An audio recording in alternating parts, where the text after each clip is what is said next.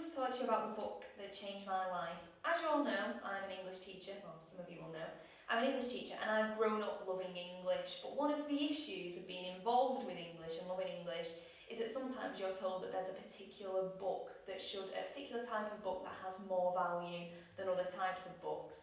And I've read lots of different books since I've loved reading a very, very long time. But the book that changed my life I want to talk to you about today is actually The Hunger Games by Suzanne Collins.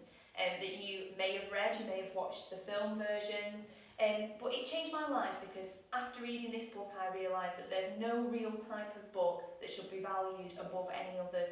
Because even though this book is a bestseller, even though there's been film versions made of it, it can still have a massive impact on your life. The additional reason it made a massive impact on my life is its representation of its female protagonist called Katniss Everdeen. She's very powerful, she's not even sometimes she's not even a likeable protagonist. So it made me realise that sometimes it doesn't have to be a heroic protagonist who does everything right, but that protagonists can be flawed and have their own issues. I'm going to read you an extract from the book which is from it's to do with a girl who has to compete in a fight to the death, a battle royale situation, and she's put in that position because she volunteers to take the place of her sister. She lives in a really unequal society and she comes from a poverty-stricken district. And to compete in this fight to the death, she gets almost like a little bit of a holiday beforehand to the city where the rich people live in her country, and that's called the capital. And when she's on the way to the capital, she sees firsthand how these people who live in the capital live a very luxurious lifestyle. I just want you to think about how this protagonist, through all her flaws and all her difficulties in her upbringing, views this luxurious lifestyle. So, pulling on my robe, I follow him through a door into a sitting room.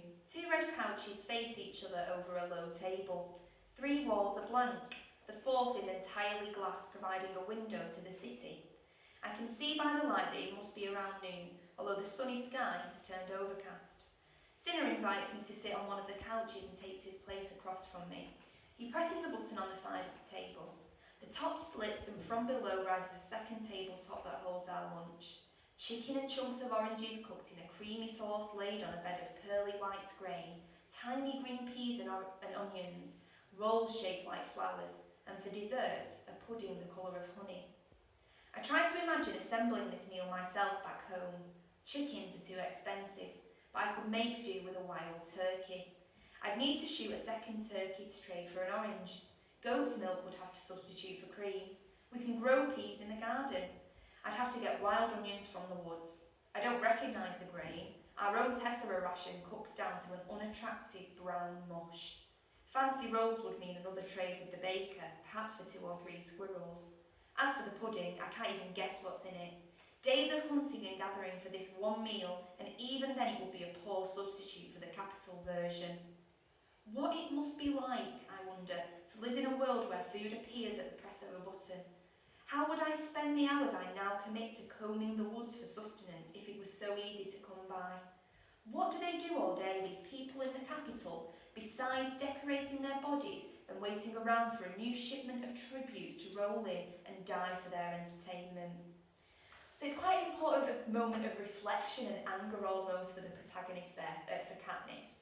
So I'm going to leave you with 2 questions that I want you to think about based off what I said at the start. First of all, do we think that there's anything unusual about the way that protagonist speaks about the luxurious lifestyle that she's been introduced to, based off what we might already think about female protagonists?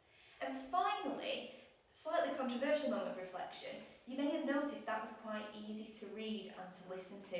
So do books have to be particularly, do they have to use particularly difficult vocabulary? Do they have to use really difficult imagery in order to have an impact on your life? Thank you very much for listening, and just to let you know, I am now going to pass my copy of The Hunger Games to the library, so there will be this and the final book in the series. I need to look for my second one in the series for you to borrow from the library. Thank you.